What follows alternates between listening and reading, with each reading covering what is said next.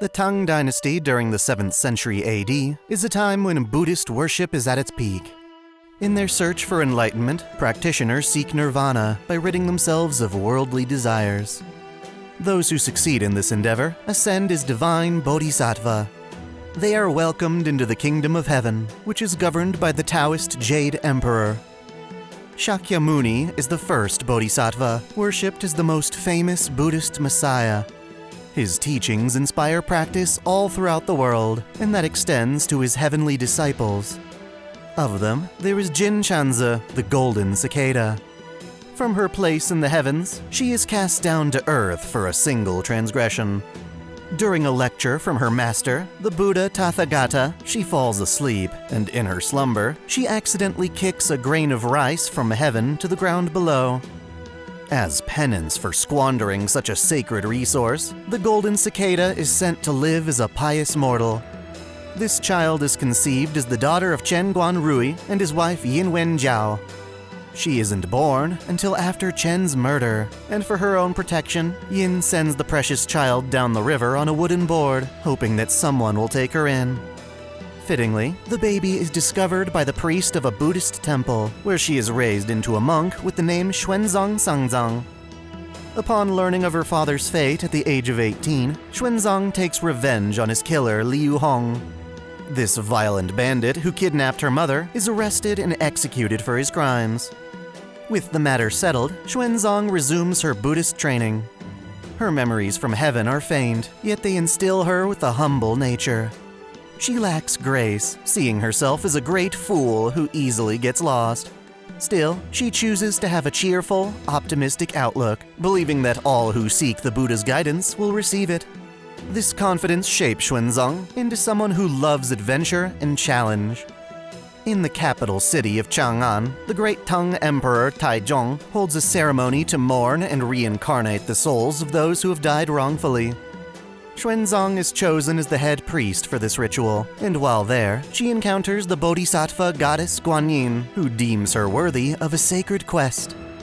Buddhism, which spread from India to Southeast Asia, is based around 3 sacred sutras, collectively known as the Tripitaka. Under the belief that China is becoming a land of sin, Guanyin hopes to reunite China with Buddhism's core values. Thus, a scripture pilgrim is needed to venture west to India and retrieve the Tripitaka, which can only be found at Layin Temple on India's Vulture Peak. Xuanzang accepts this role, earning the blessing of Taizong. The two of them swear brotherhood, and her journey to the west begins with the aid of Tang soldiers. Right from the onset, however, her life is endangered by many monsters and demons who wish to consume her flesh. They believe that by eating her, a reincarnation of the divine cicada, they can acquire both power and eternal youth. 3 demons, a tiger, bear, and ox, capture Xuanzang and devour her companions. They spare her for their next meal, giving her a chance to escape. Guanyin rescues Xuanzang and divines that she will find 4 supernatural beings who will serve as her disciples and protect her going forward. They have all been scouted ahead of time, and it won't be long until she meets them.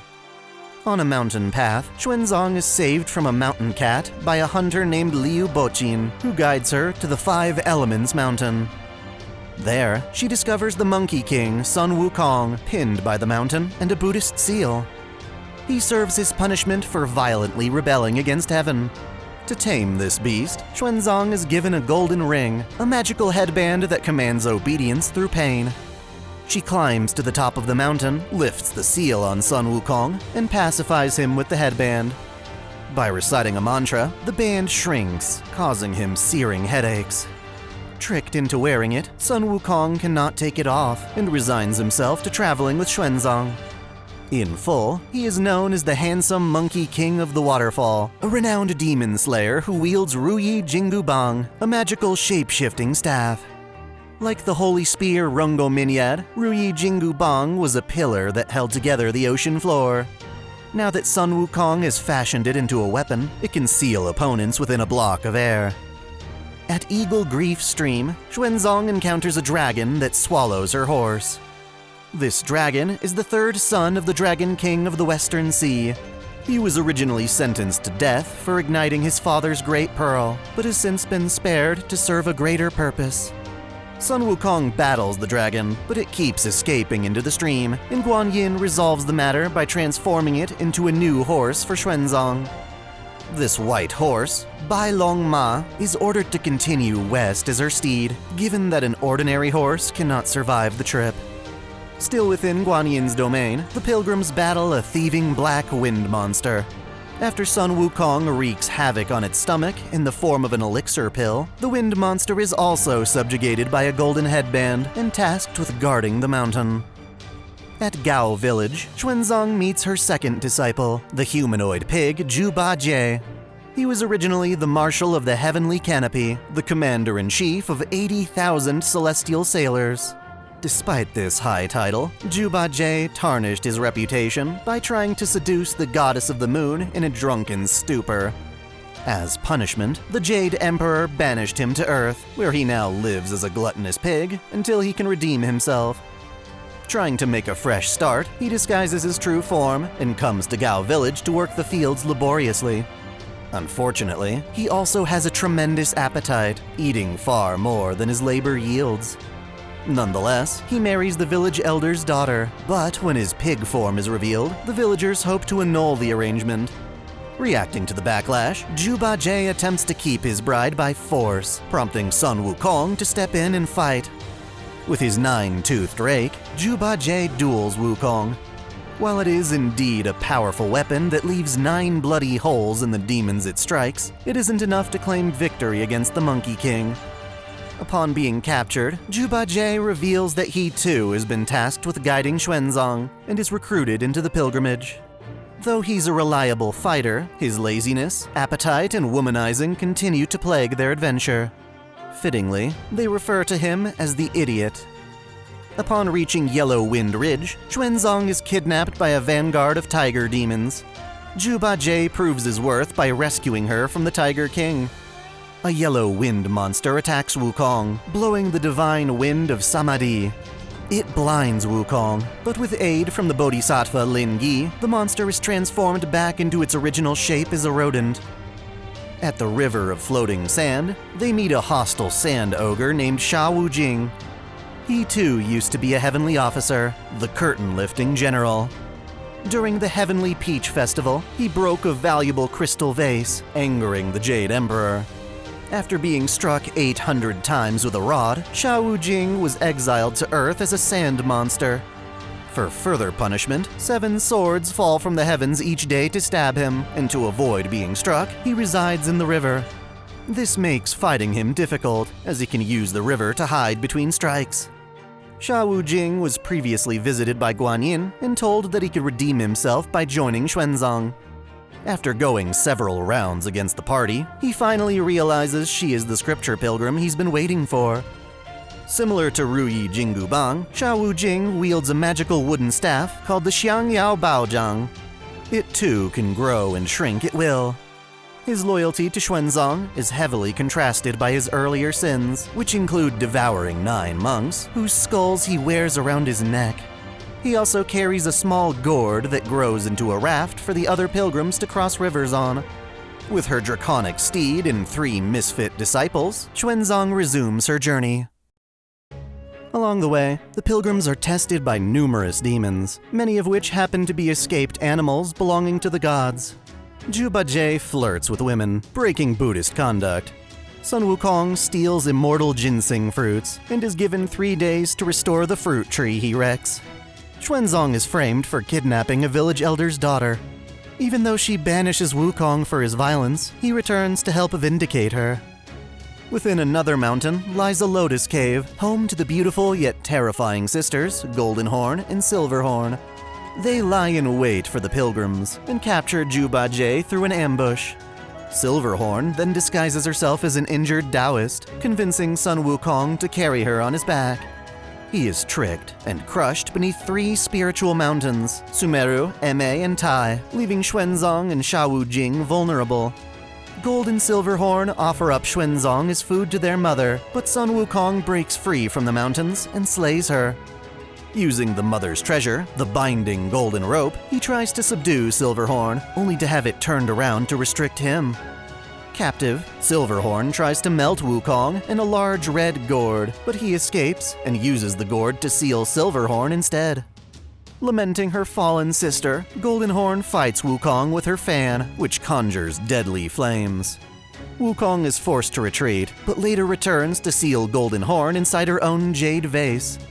It is then that the horn's master, Supreme Lord Lao, descends to retrieve his minions and treasures, letting the pilgrims proceed.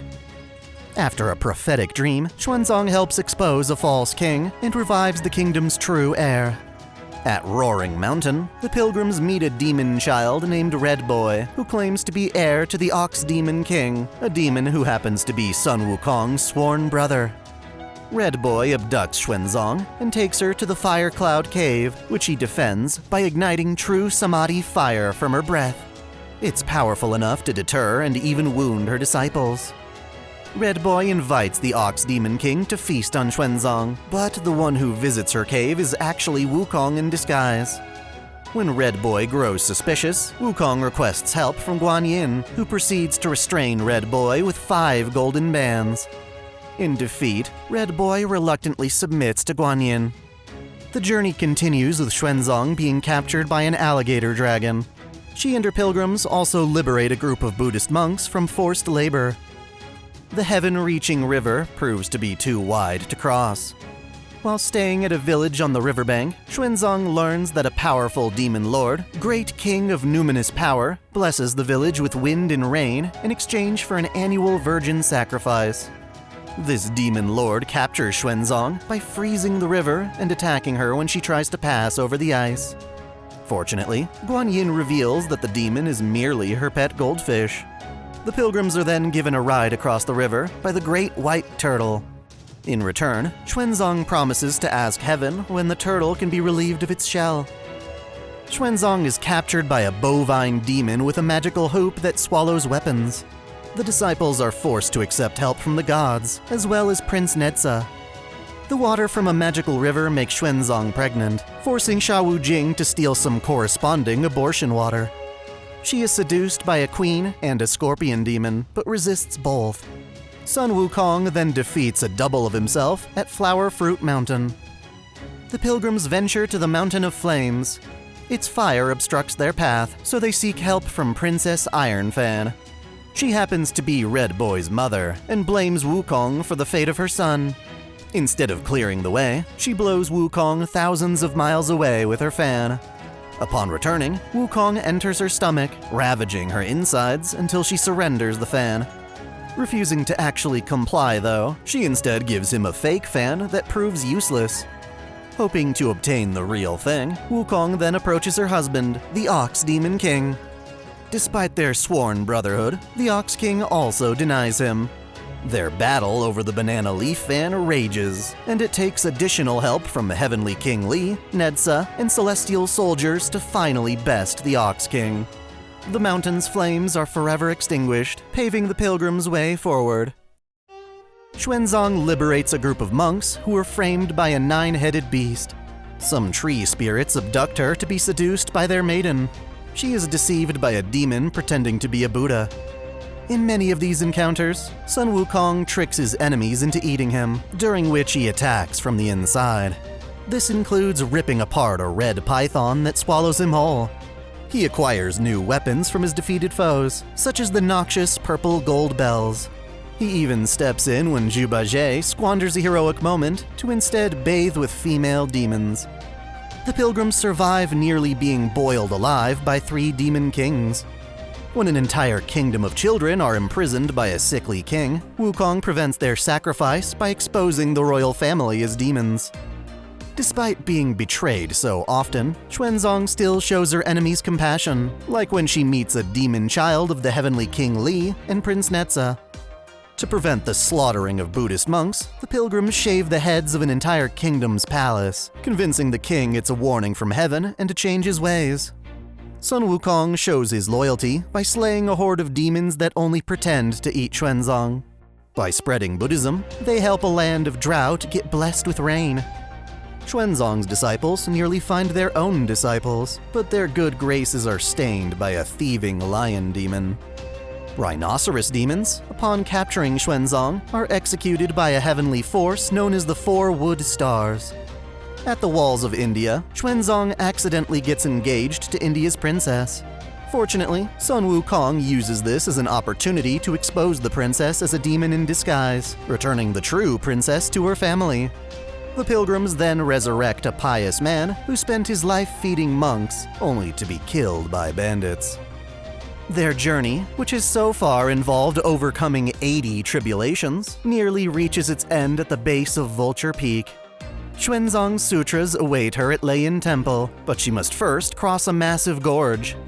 On the way, she plunges into the water and emerges as an immortal. At the temple, the Tathagata Buddha gifts her a set of sutras, which first turn out to be blank. Only after returning to the temple is she given the true sutras. On her journey home, Xuanzang is informed by Guanyin that she is one tribulation away from completing the sacred number 81. Thus, when riding back on the Great White Turtle, she encounters her final ordeal by forgetting her promise to free the turtle of its shell. Angered, the turtle dunks the pilgrims into the river during a storm, and in a scramble to protect the sutras, they face off against invisible ghosts. Ultimately, though, after 14 long years, they return to the palace of Emperor Taizong and are treated to lavish meals. Xuanzang's achievements are recorded as a preface to the sacred teachings, and copies are distributed across the land. She is regarded as the founder of Chinese Faxiang Buddhism. The gods reward the pilgrims by bestowing them saintly positions. Xuanzang and Sun Wukong attain Buddhahood. Xiao Wujing is promoted to an Arhat, and Bai Long Ma is made into a Naga. Zhu Bajie, the laziest of the disciples, is given a job as cleanser of the altars. This essentially allows him to gorge on all of the altar's leftover offerings. As both the Buddhist monk Xuanzang Sanzang and hero of the Chinese epic Journey to the West, it is inevitable that she is recorded into the throne of heroes. However, as a disciple of Buddha, she has absolutely no wish for the Holy Grail. Under normal circumstances, she would never be summoned to a Holy Grail war. Only a tremendous threat, such as Gaetia's incineration of humanity, can justify her presence. Still, when the Chaldea Security Organization attempts to summon her, Xuanzang refuses them, claiming to have no worldly desires. Ironically, this reveals that she still retains human selfishness, and to train her once more, Buddha sends her to a singularity where she must once again complete her journey westward. By herself, it doesn't take long for Xuanzang to lose her horse and get lost. Chaldea's master, Ritsuka Fujimaru, rayshifts to this singularity, but is rendered unconscious between a pair of rocks.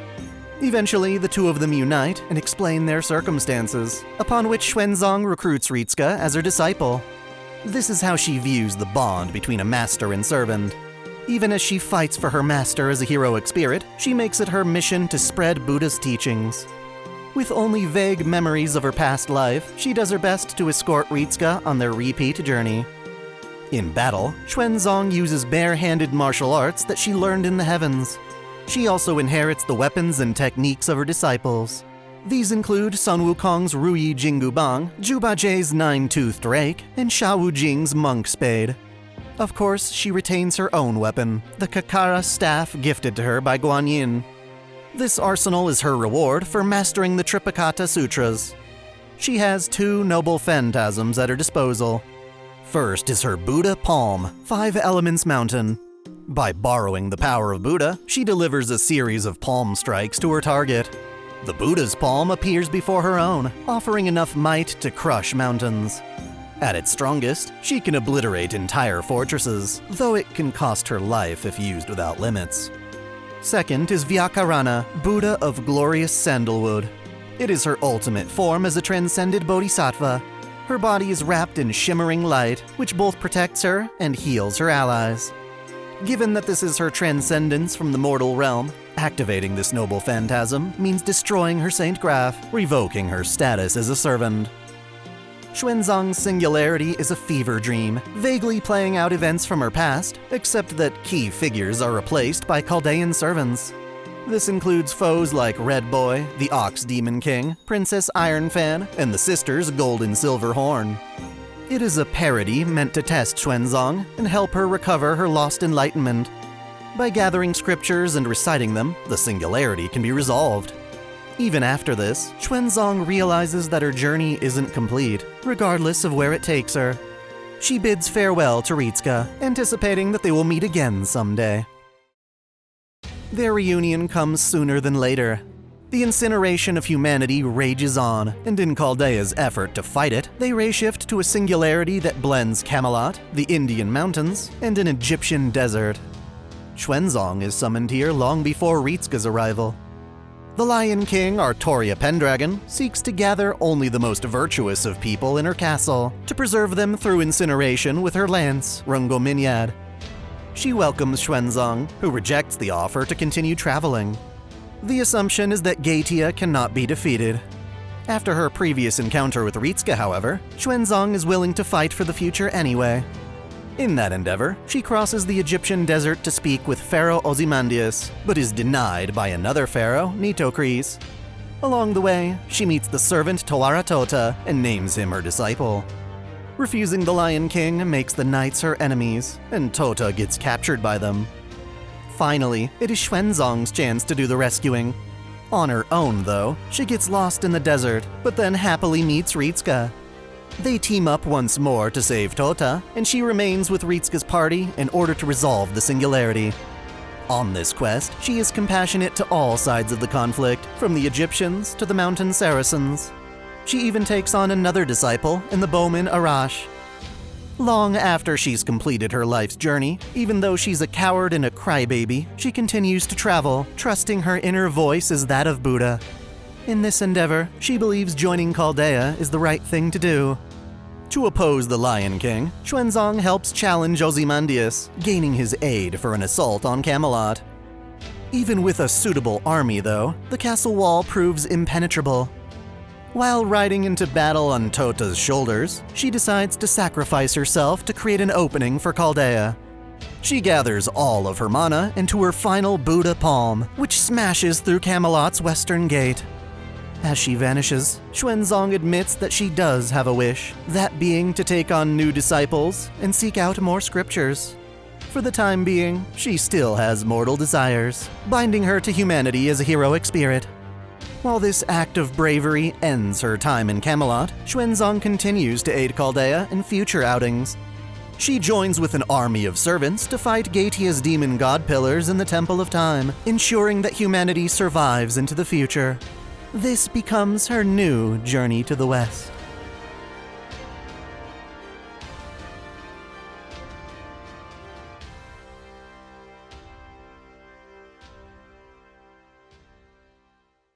Thanks for watching. If you enjoy this channel, help us grow by liking, commenting, sharing the video, subscribing to OtakuDaiKun, and most of all, smashing that notification bell so you don't miss out on all our anime lore, discussions, and Let's Play content. You can support us directly through Patreon, Subscribe Star, or a YouTube membership, all of which come with benefits like spicy exclusive vids and early access.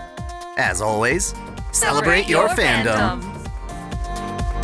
I want to give a special shout out to all my $10 and up supporters. Video Gamer 75, Dante Pendragon, Chaos Sonic 1, Trodai Connacht, Steven Elak, Otaku Mom, Jens Bauman, Mystic Samurai 1983, Free Brick, Olympian Doll, Lunar Works, Link Pendrago, Observer Bellis, James Hewitt, Uncanny EXP, Crow Calum, Saul Soto, Tristan Riggin, Major, Mayfu Mato, Dionysus, God of Wine and Madness, Caitlin P, Sogai CH, Vladimir Ovna, The Taz 96, Jonathan Padua, Kengo X77, Alistair Bernadotte, and Akakaze Yume. Thank you all so much.